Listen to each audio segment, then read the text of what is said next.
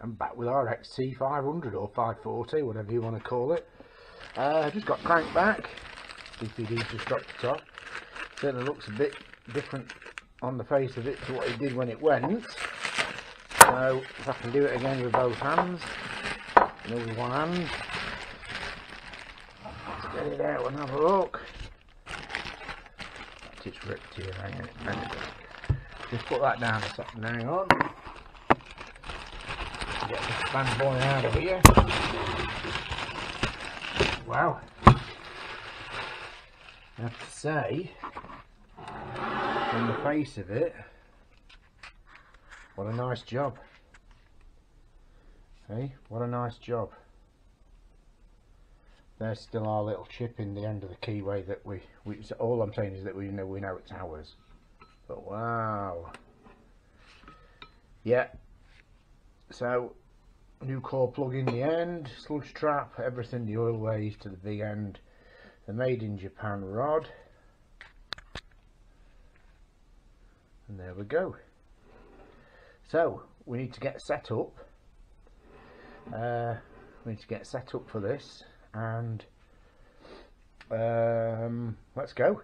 Let's start getting it in. I think it's time to make a drink. Looked a bit different before, didn't it? It just went. It sat there like that on its own. So anyway, there we go. Yeah, Japanese rod in it, and yeah, looks great. Feels right. You know, so gonna be good. Okay, cup of tea time, and we'll pick it up in a minute. And as we can see, face is cleaned up, ready for. I just want a little bit more there actually, just on that bit. But it is what I generally do is just a little bit of 1000 wet and dry on like a body rubbing down block like that, and then just with a bit of light oil, just give the faces, because it's stained flat, just give them a clean up, and it does show you actually the places where there's been, let's say, previous conflicts by doing it that way. But it's not bad. I just want a little bit more there anyway. But onto our oiling.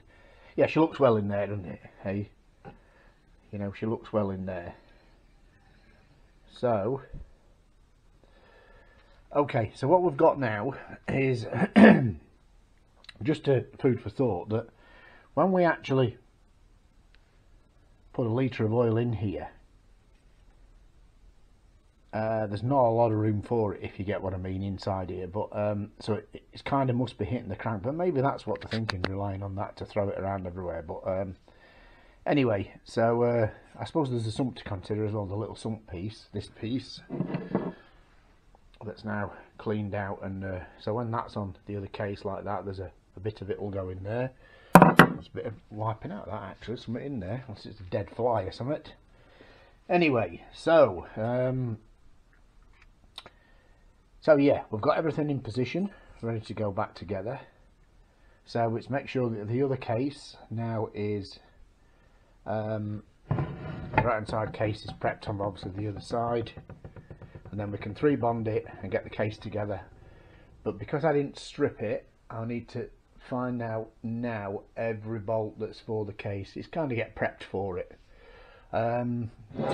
Yeah, we've got, with the head, the valves back in, so the head's pretty much ready. That just wants a little bit of a wipe off now, but that's been sat there. Barrel to hone, and we've got the cylinder to hone, and then we're good for going back together. Then we do the, because it's got a I'm not sure of the name, I'll have to put it in the comment, in the text of it.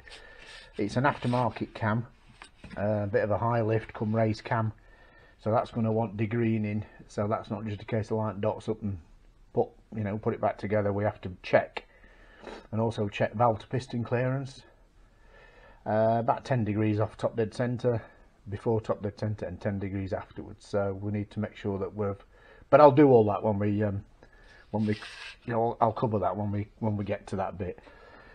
So yeah, it's good to get the crank back, so we can see she's in, and everything else is pretty ready to rock and roll. We've got our oil mod done, that well, make of that what you will. But we've got our oil mod done, and from there on it might be even tea time again. Right, we'll catch you in a bit. So we're back to the motor. Crank sat in,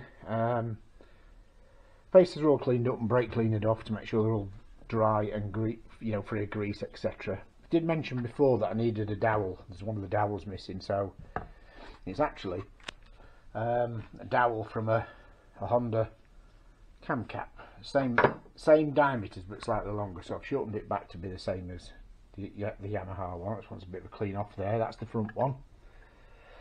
So 3 bond at the ready. I've found the crankcase bolts. The case is ready, and again with our oil mod and everything else, these are all properly torqued down, Loctited up. So it is now a case of make that go on that. Right, I'm not going to be able to film it. I'll do it in. I'll get this 3 bonded up, and then we'll pick it up from there. Okay, and there she is. Okay, so a bit of oil on everything. Everything turns really easy. Completely silent. The new mains, the new, but obviously big end, conrod. Everything else is good. Okay, so looking good, looking clean. Everything's nipped up. New seals in everywhere. And then down here, if I'm going to be able to get this, so to show it, if we can keep the conrod at the bottom and get the torch. You see the weight of the cranks just glides so easy. Now you can just see the jet there that's going to fire at the crank to give added bit of lubrication, but more to the point, it's going to fly off the crank and go under the bore. So an extra kind of. So there it is. I'm hoping it's picking it up. You can just see it in there, the jet.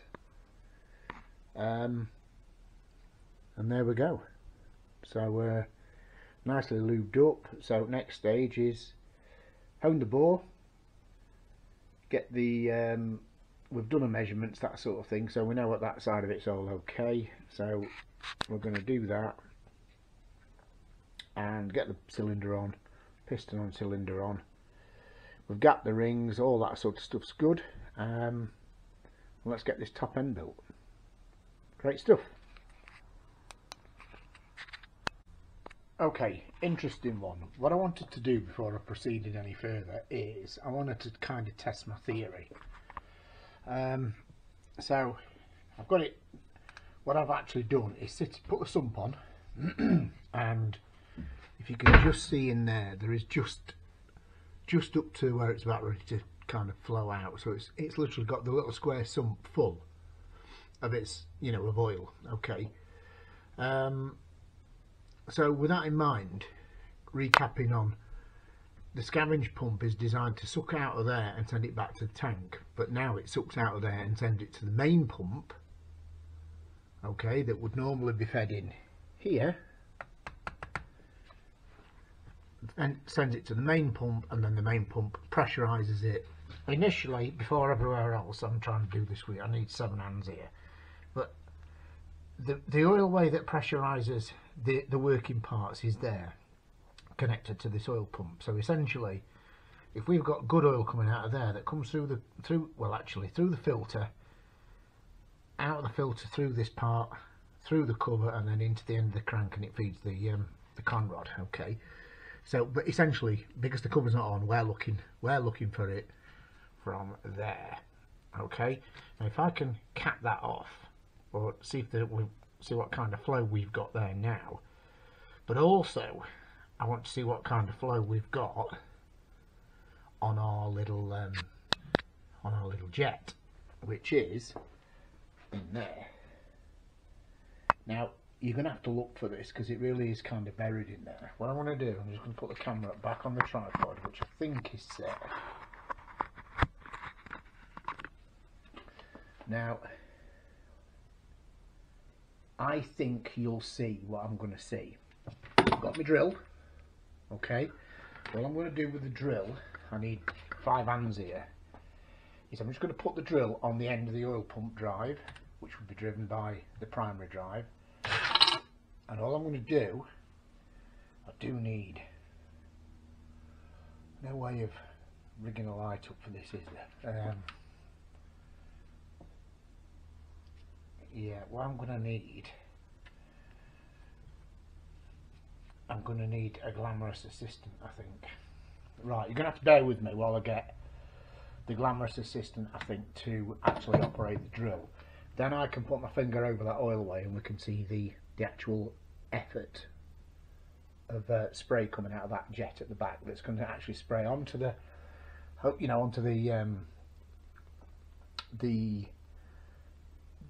cylinder liner and the piston skirt, and keep that kind of, I mean, the issue is, which is why it was open to start with, but it completely open, the issue is that the scavenge pump produces more oil flow than the actual main pump, so we've got to bleed some of it off somewhere, and that's what these jets are doing. But my opinion, for what it's worth, it's just an opinion, but my opinion was it was bleeding too much off, perhaps, and not supplying enough to the big end.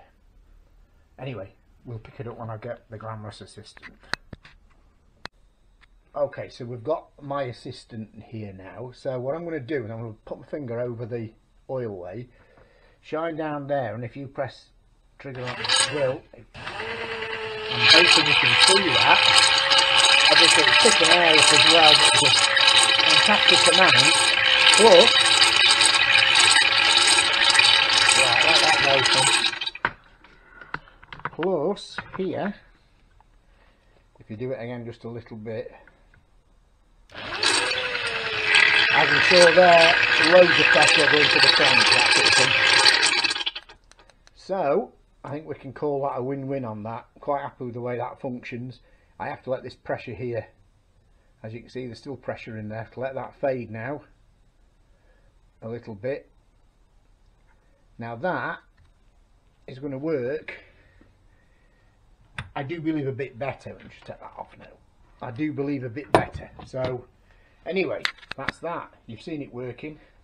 Seen the jet spraying on the back of the conrod and the back of the piston to bleed some of the pressure off, and job's a good one. Okay, piston in. Yeah, rings gapped, piston in, and it's just sat down on its dowels. So there's I haven't even tightened her up yet. She's new gasket on there, obviously, as you can see. So she's sat there waiting for a little bit more attention. So I'll just show you that bit, and there we go. It's definitely tea time now.